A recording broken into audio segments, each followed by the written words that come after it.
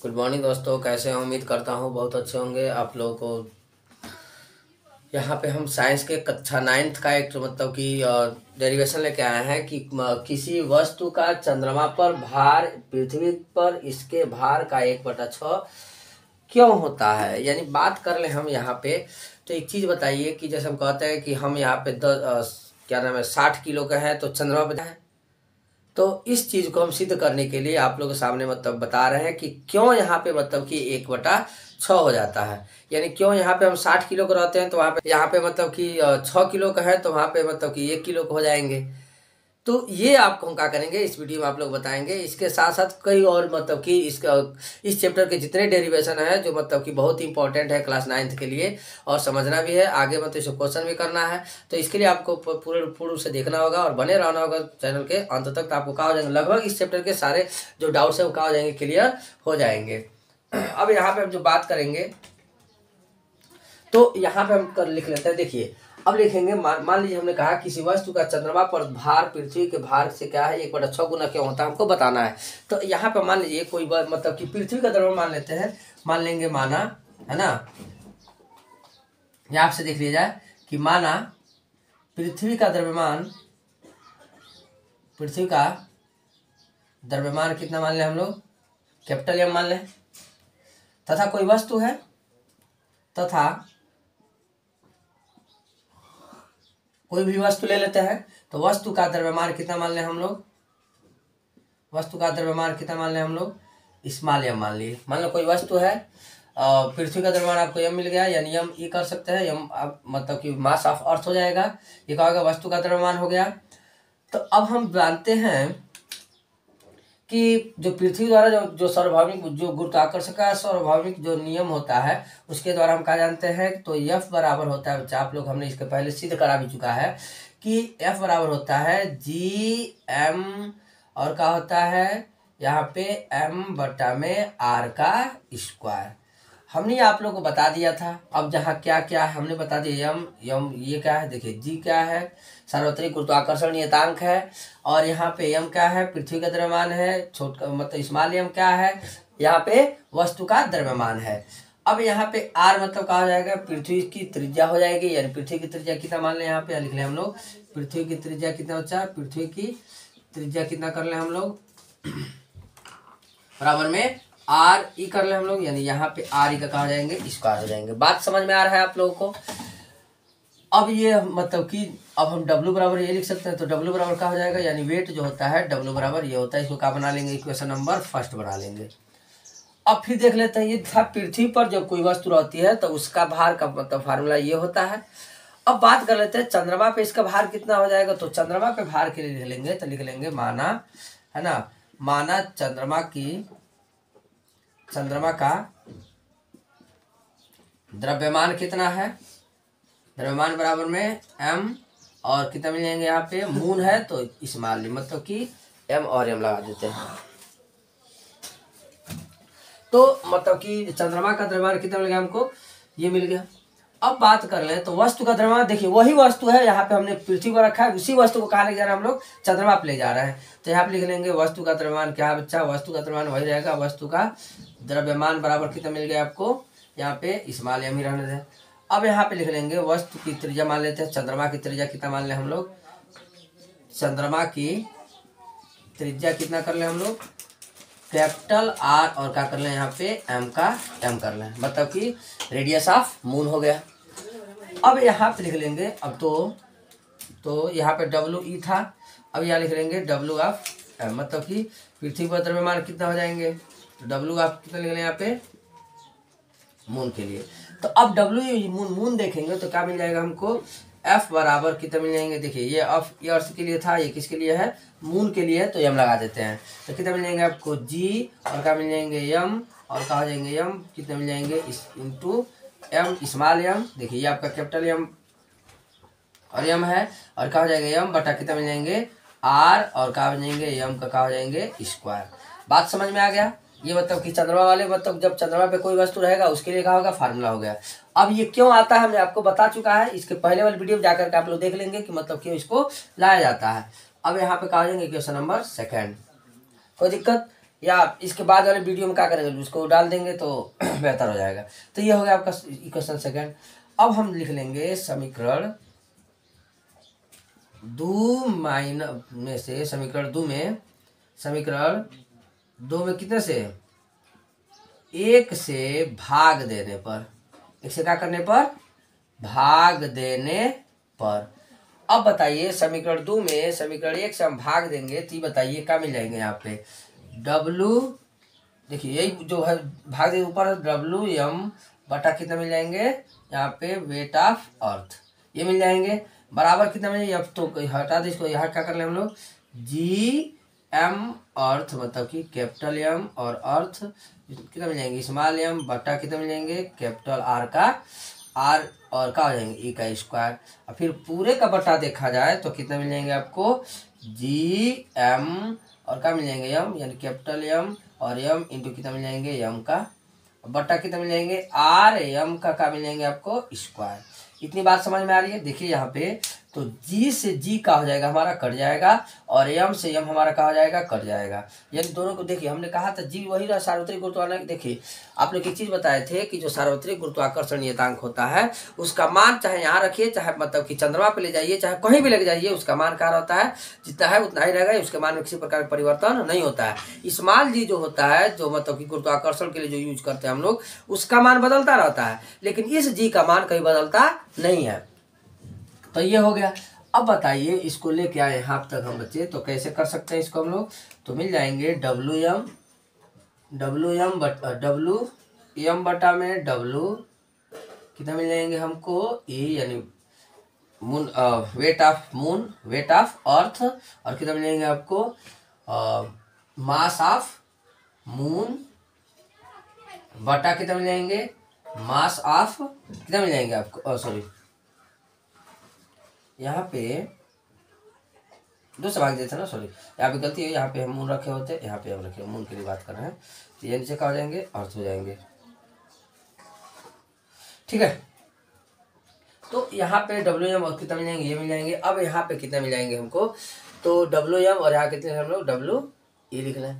और ये बताइए, और इस पूरे का बटा का बचा हुआ है हमारा, यहाँ पे देखिएगा, देखिए जब यहाँ से क्या कर ले हम लोग, WM बटा में WE इक्वल टू कितना मिल जाएंगे हमको, यहाँ पे M बटा कितना मिल जाएंगे, यहाँ पे RM का स्क्वायर, और बटा का मिल जाएंगे हमको यहाँ पे M अर्थ बटा कितना मिल जाएंगे आपको, कैपिटल RE का हो जाएंगे, स्क्वायर हो जाएंगे। अब इसको पलटेंगे तो भाई ये हो जाएगा, इसका गुणा यहाँ होता है, आप लोग पढ़े भाग वाले नियम से। तो WM बटा कितना मिल जाएंगे आपको, WE इक्वल टू कितना मिल जाएंगे यहाँ पे, कैपिटल M और क्या मिल जाएंगे, M बटा में कैपिटल M और कितना मिल जाएंगे, अर्थ। इसके लिए हो गया। इनटू बताइए यहाँ पे ये पलट के जाएगा तो R और क्या मिल जाएंगे, E का स्क्वायर बटा कितना कर ले यहाँ पे, RM का हो जाएंगे, स्क्वायर। इतनी बात समझ में आ रही है। अब यहाँ पे WM बटा में WE और इक्वल टू कितना मिल जाएंगे हमको, यहाँ पे देखिए तो मास ऑफ मून बटा में मास ऑफ अर्थ इंटू यहाँ बताइए R मास मतलब रेडियस ऑफ अर्थ बटा में, और रेडियस ऑफ कितना मिल जाएंगे आपको, मून का क्या कर लेंगे, स्क्वायर कर लेंगे। इतनी बात समझ में आई कि नहीं आई है। और जब इतनी बात समझ में आई है तो हम जानते हैं कि पृथ्वी का मतलब कि पृथ्वी का द्रव्यमान, पृथ्वी का हम जानते हैं ये विनो, हम जानते हैं कि पृथ्वी का द्रव्यमान का होता है बटा चंद्रमा का द्रव्यमान, चंद्रमा का द्रव्यमान बराबर कितना होता है, 100 होता है। यानी पृथ्वी का द्रव्यमान जो होता है चंद्रमा के 100 गुना का होता है। तो पृथ्वी का द्रव्यमान बटा चंद्रमा का द्रव्यमान बराबर कितना मिल जाएंगे, 100। तथा ये भी हम जानते हैं कि पृथ्वी का त्रिज्या, पृथ्वी की त्रिज्या यानी इसको लिख लें हम लोग, तो यहाँ पे लिख लेंगे कैपिटल M बटा कितना मिल जाएंगे आपको,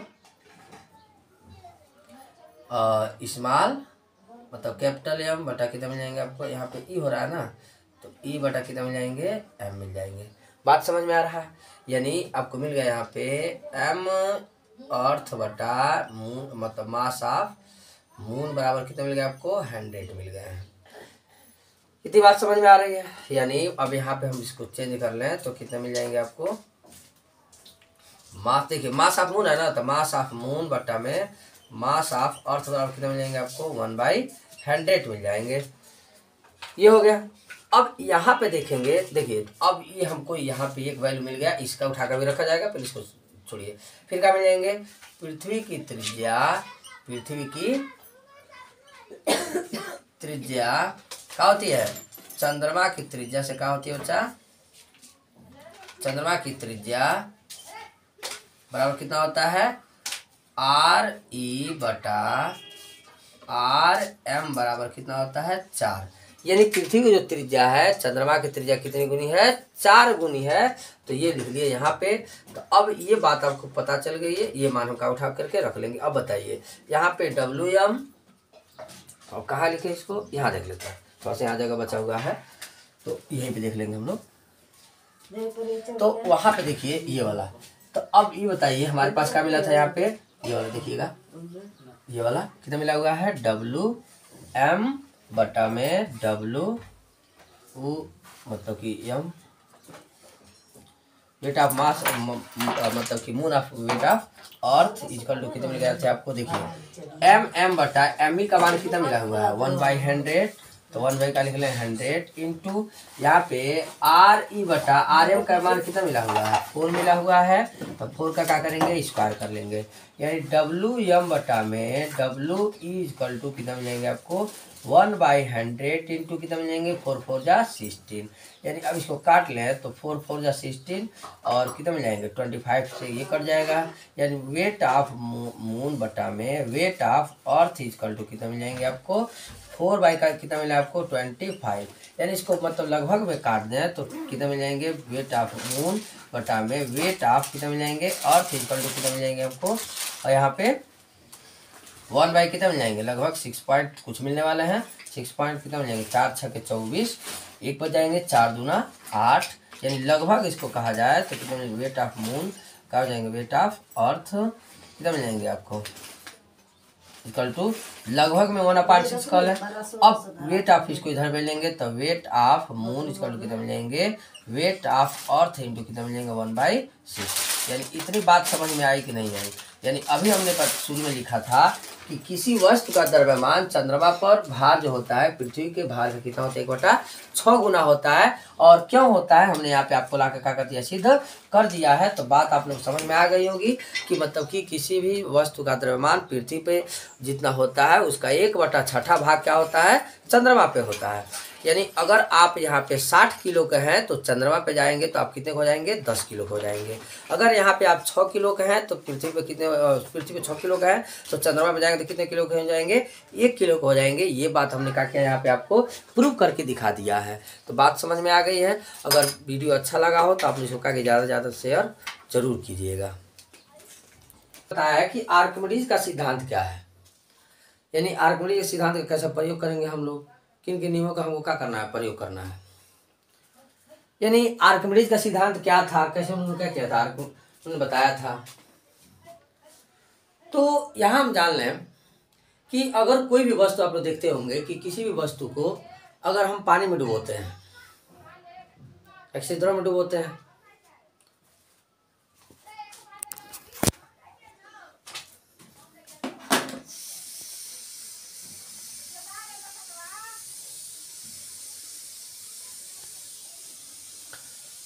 तो जब किसी वस्तु को क्या कहता है? आंशिक रूप से या पूर्ण रूप से जब हम द्रव में डुबोते हैं तो उसके भार में कुछ कमी आती है। उसके भार में क्या होती है? कुछ कमी होती है। तो कह रहा है कि जो भार में जो कमी होता है वो उतना ही कमी होता है जितना मतलब कि उसके द्वारा हटाया गया द्रव होता है। आप लोग एक चीज देखे होंगे या सुने होंगे कि पानी में कोई चीज हल्का लगता है, सुने हैं?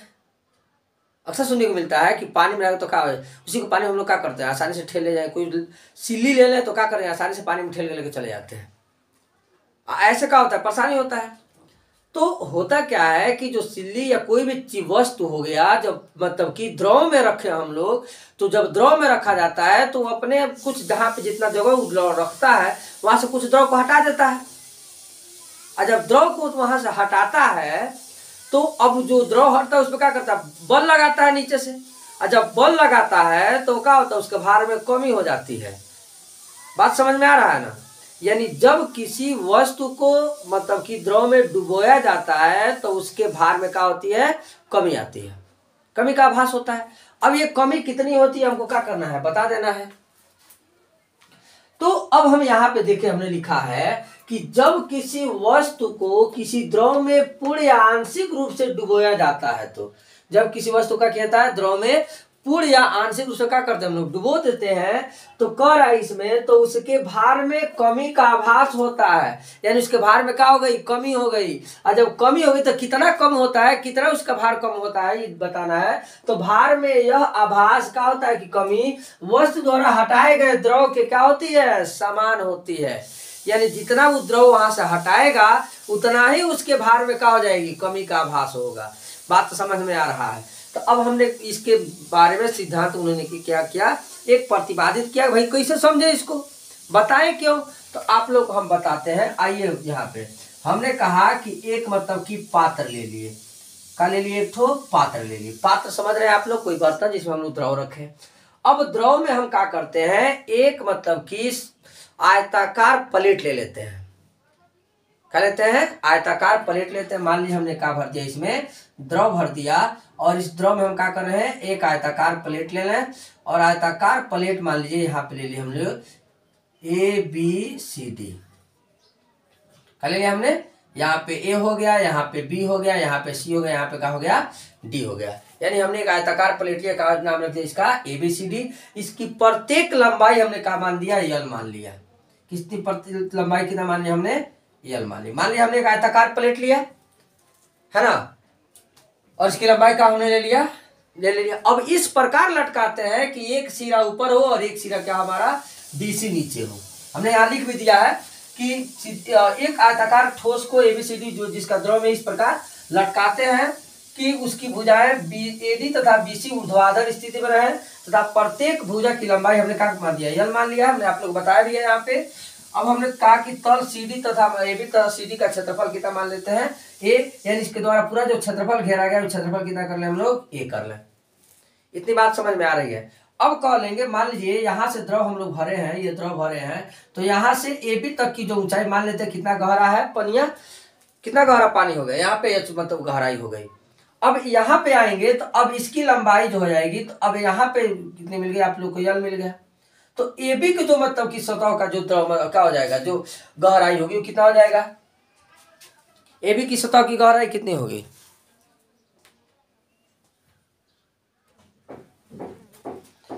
AB की सतह की गहराई यहाँ पे H हो रहा है।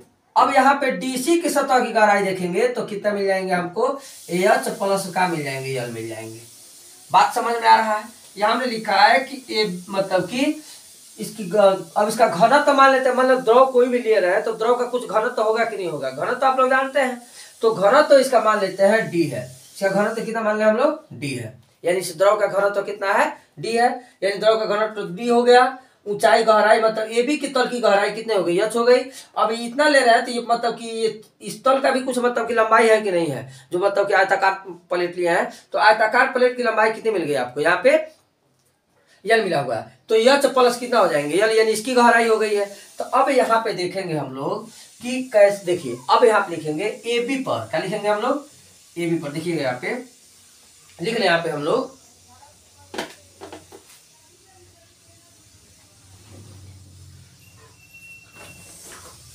तो AB पर नीचे क्यों, देखिए हम लिखेंगे यहाँ पे AB पर नीचे की ओर लगने वाला बल,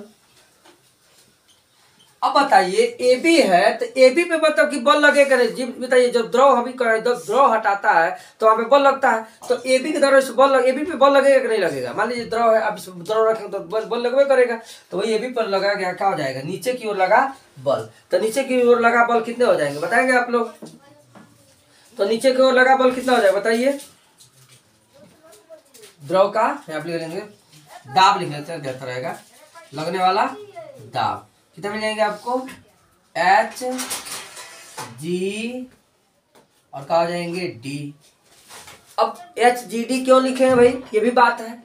देखिए जी जो होता है वो क्या होता है, गुरुत्वीय त्वरण होता है। जी क्या होता है, गुरुत्वीय त्वरण, याद रखिएगा। जी क्या होता है, गुरुत्वीय त्वरण। कितना का आ रही है, एच है, घनत्व तो क्या है, डी है, इसलिए हमने क्या लिखा है, एच जी डी। आया बात समझ में। अब इसके पटल पे कितना लग रहा है ये हमको बताना है, तो अब क्या लिखेंगे कि ए बी पर नीचे की ओर लगने वाला लंबवत बल, ए बी पर नीचे की ओर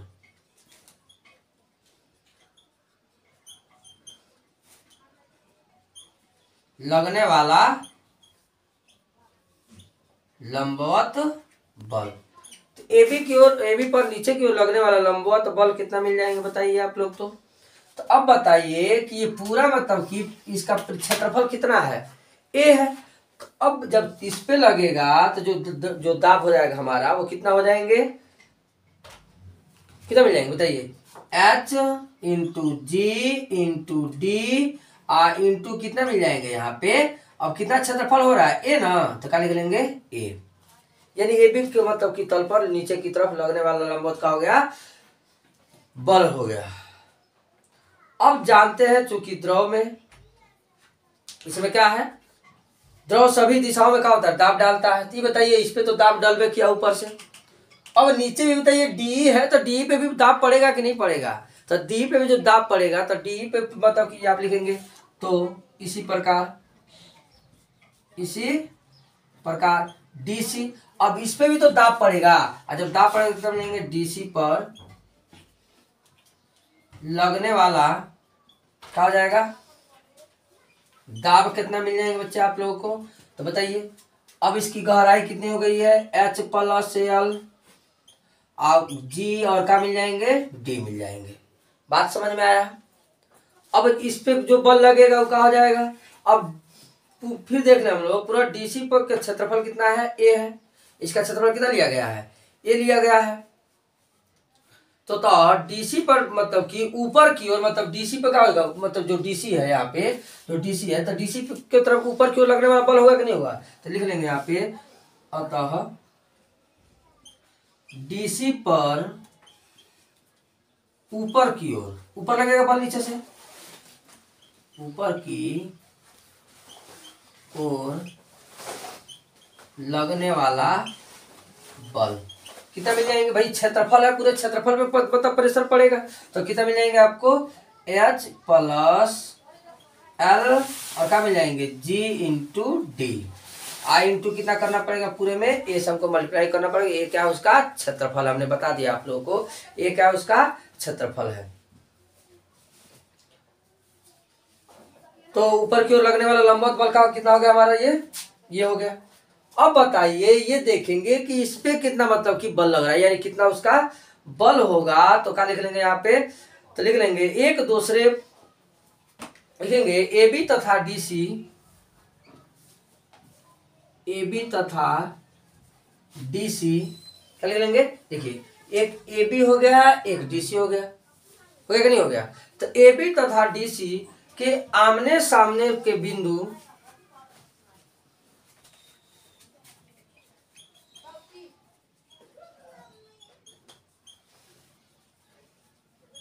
आमने सामने के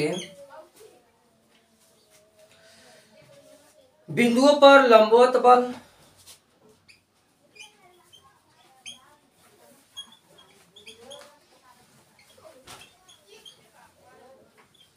आमने सामने के बिंदुओं पर जो लंबवत बल होगा वो क्या हो जाएंगे, आमने सामने के एक दूसरे क्या होते हैं,